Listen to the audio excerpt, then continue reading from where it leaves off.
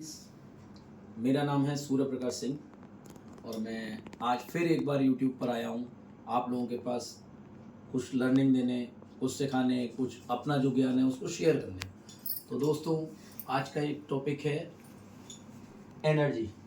आज के टॉपिक में दोस्तों हम एनर्जी पे बात करेंगे कि what is called energy. Energy actual में है क्या। दोस्तों देखो, आज तक 6 क्लास से लेकर 12 तक हम बुक्स में पढ़ते आए हैं, रट्टा मारते आएंगे एनर्जी क्या होता है, लेकिन हम उसको प्रैक्टिकल लाइफ में पढ़ेंगे कि एनर्जी है क्या, एनर्जी कितने टाइप की होती है और प्रैक्टिकल लाइफ में उसका यूज़ क्या है। तो दोस्तों, टाइम वेस्ट ना करते हुए मैं डायरेक्ट टॉपिक पे आना पसंद करूँगा। हाँ, इससे पहले सबसे एक रिक्वेस्ट करूँगा कि दोस्तों ये वीडियो पूरा देखें, जिससे आपका नॉलेज भी बढ़ेगा। उसके साथ एक लाइक कर दें और सब्सक्राइब कर दें और फुल वीडियो देखें। तो दोस्तों, टॉपिक पर आते हैं। आज का टॉपिक है दोस्तों हमारा एनर्जी। तो सबसे पहली बात, एनर्जी है क्या। दोस्तों, एनर्जी का मतलब होता है वर्क डन, मतलब वर्किंग कैपेसिटी, यानी हमारी औकात, हम कितना काम कर सकते हैं। तो दोस्तों, इस समय मैं यहाँ खड़ा हूँ एक एनर्जी के कारण। एक एनर्जी जनरेशन है मेरे अंदर जो कि कंटिन्यूस रिलीज भी हो रही है एटमॉस्फेयर में। तो एनर्जी क्या है, एक वर्किंग कैपेसिटी है। और एनर्जी एक एरिया से दूसरे एरिया की तरफ या एक फॉर्म से दूसरी फॉर्म में ट्रांसफॉर्म होती है। तो दोस्तों, work done equal to energy. और वर्क डन क्या होता है दोस्तों, हम सबने अच्छे से पढ़ा है। Work done equal to force into displacement, यानी कि हमने किसी ऑब्जेक्ट पे कितना फोर्स लगाया और वो कितना डिस्प्लेस हुआ। लाइक ये एक ऑब्जेक्ट रखा हुआ है टेबल पे। सपोज करो दोस्तों, मैं इसे धक्का देता हूं, ऐसे पुश करता हूं, जैसे ये मार्कर है दोस्तों, मैं इसको पुश करता हूं यानी फोर्स देता हूं, तो इसमें डिस्प्लेसमेंट हुआ, ये यहां से यहां तक मूवमेंट करा। तो इसका मतलब दोस्तों, एक एनर्जी थी जो वर्क की फॉर्म में डाइवर्ट हुई। यानी कि जब ये मार्कर दोस्तों रुका हुआ था, यहां पर था, तो इसमें कौन सी एनर्जी थी। देखो दोस्तों, अभी हम बात करेंगे टाइप्स ऑफ एनर्जी के बारे में। थोड़ा मैं एग्जांपल देता हूं कि जब ये रुका हुआ था तो इसमें एक पोजीशन थी, स्थिति थी। उस स्थिति के कारण इसमें क्या थी, स्थितिज ऊर्जा, मतलब पोटेंशियल एनर्जी। अब जब मैंने इसको फोर्स दिया, मतलब वर्क किया, वर्क किसके द्वारा किया, फोर्स के द्वारा, तो क्या हुआ, इसमें एक पॉइंट से दूसरे पॉइंट पे ये मूवमेंट करने लगा और ट्रांसफर हुआ, मतलब डिस्प्लेसमेंट हुआ। तो फोर्स के अकॉर्डिंग फैक्टर में कितना डिस्प्लेसमेंट हुआ, अगर मैं उसको मल्टीप्लाई करूं तो मैं गेट कर लूंगा दोस्तों वर्क को, और वही मेरा काम करेगी एनर्जी का। Work done is called energy. तो दोस्तों, वर्क की यूनिट और एनर्जी की यूनिट जूल होती है। चलिए अब हम बात करते हैं कि दोस्तों, हमने पढ़ा है कि energy can't be created and nor be destroyed. Energy can't be created and nor be destroyed, मतलब एनर्जी को ना तो दोस्तों उत्पन्न कर सकते हैं और ना ही उसको डिस्ट्रॉय कर सकते हैं। बनाने वाला वो, बिगाड़ने वाला वो। दोस्तों, हम तो धरती पे आए समय काटने।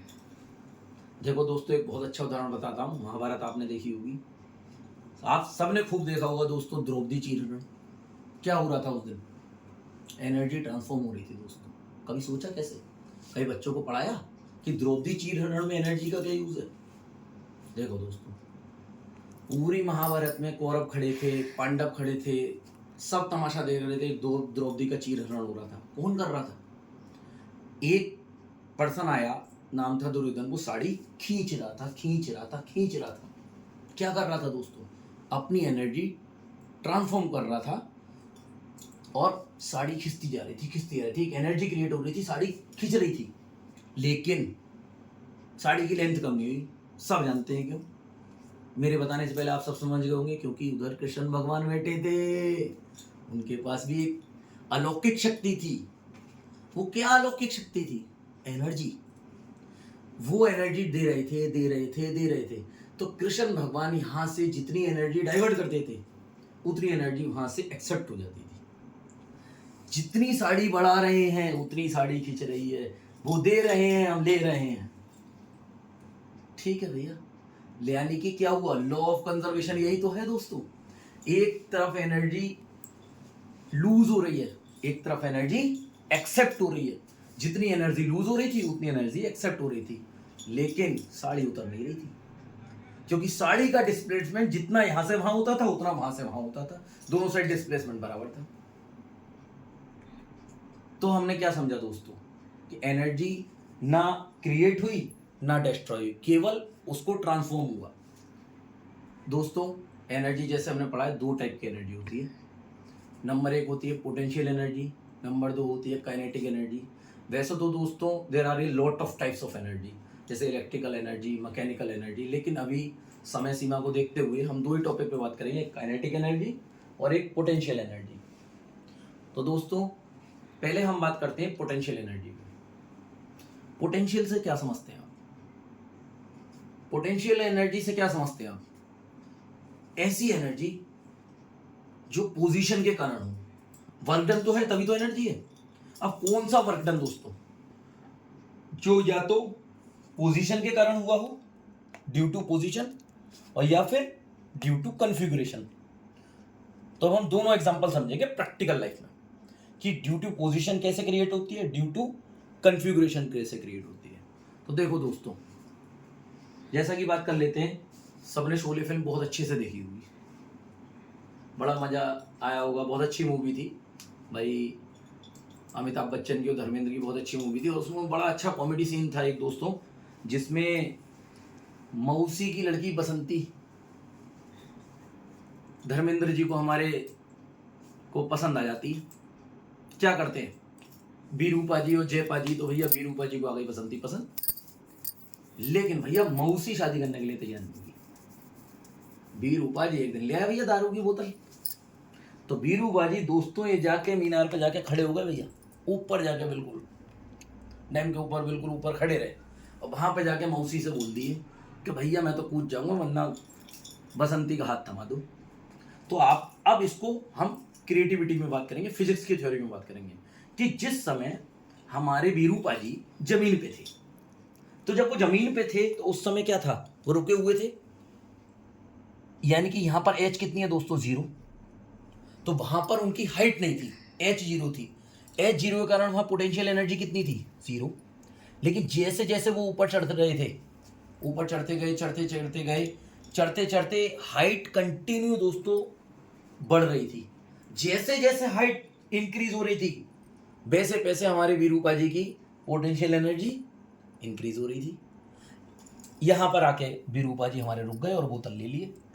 अब बीरूपा जी खड़े हैं, बोतल हाथ में है, यहाँ पे उनकी पोजीशन है, एक पर्टिकुलर हाइट है, जो भी हो 20 metre 10 metre, I don't know, it doesn't matter how much is this, लेकिन कुछ हाइट तो थी। उस हाइट पे हमारे बीरूपा जी खड़े हो गए, यानी कि उनकी मैक्सिमम पोटेंशियल यहां पर था। तो पोजीशन के कारण जो उनकी वेलोसिटी थी, सॉरी हाइट थी, उस हाइट के कारण उसको हमने नाम दिया potential energy. Is that clear? मैं समझता हूं सब लोग यहां पे समझे होंगे।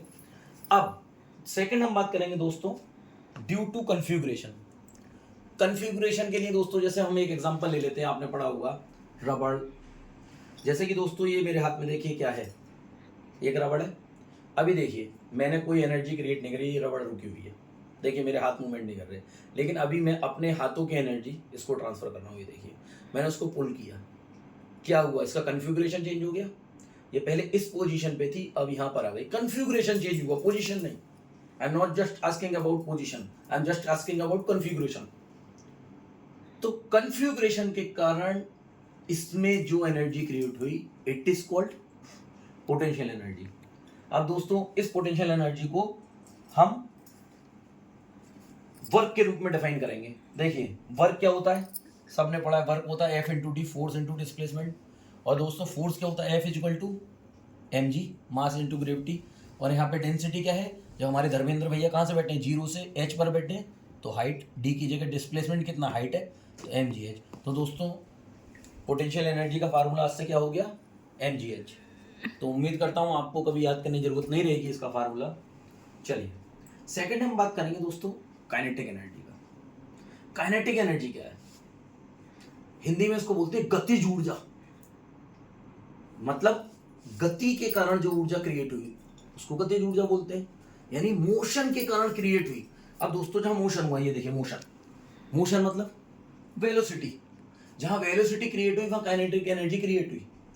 तो वेलोसिटी जैसे जैसे इंक्रीज होगी वैसे वैसे काइनेटिक एनर्जी इंक्रीज होगी।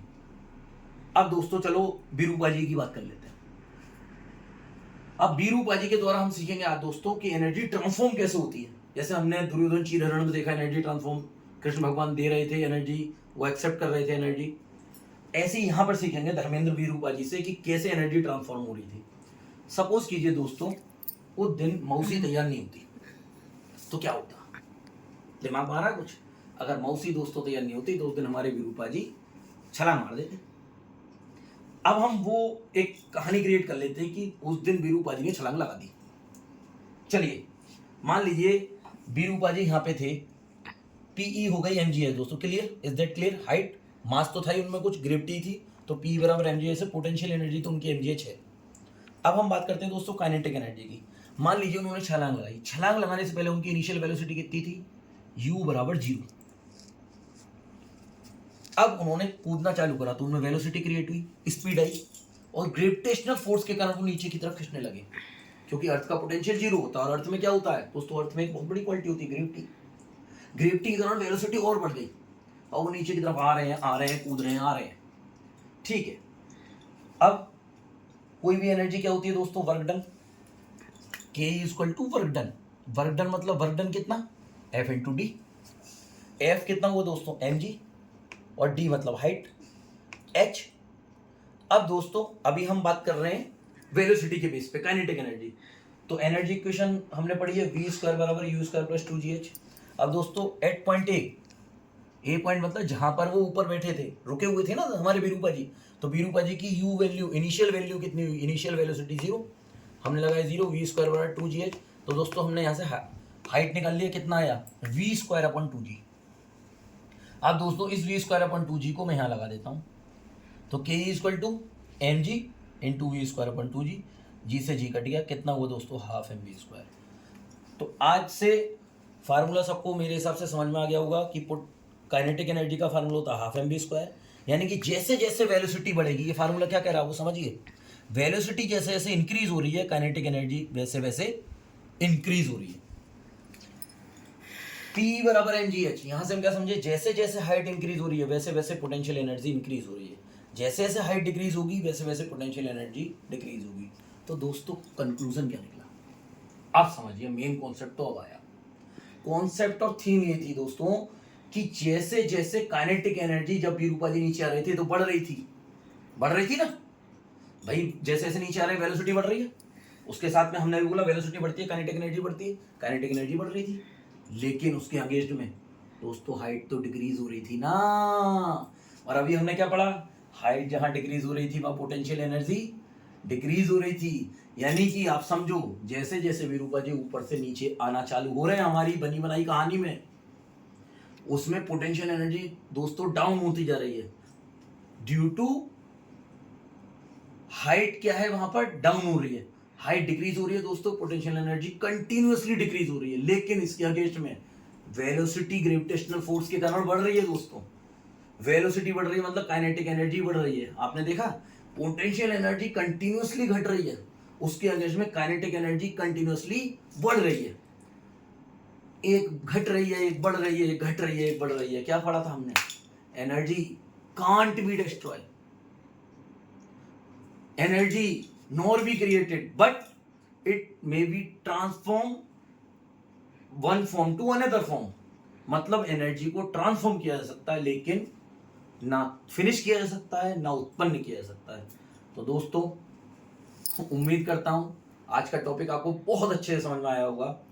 और दोस्तों अभी आप मेरी वीडियो कंटिन्यू लाइक कीजिएगा, पूरी वॉच कीजिएगा, आपको बहुत कुछ लर्निंग मिलेगी। इसको कंटिन्यू वॉच करें, लाइक करें, सब्सक्राइब करें। और दोस्तों मैं अभी नेक्स्ट वीडियो लाने वाला हूँ 1-2 दिन में, तो आप मेरा चैनल सब्सक्राइब करके रखें। अगला वीडियो होगा मेरा एनर्जी लॉ ऑफ कंजर्वेशन पर, तब हम उसमें बात करेंगे कि कैसे कैसे एनर्जी हर जगह टोटल वैल्यू एनर्जी की कांस्टेंट कैसे रहती है। तो आज के लिए इतना बहुत, थैंक यू, गुड बाय।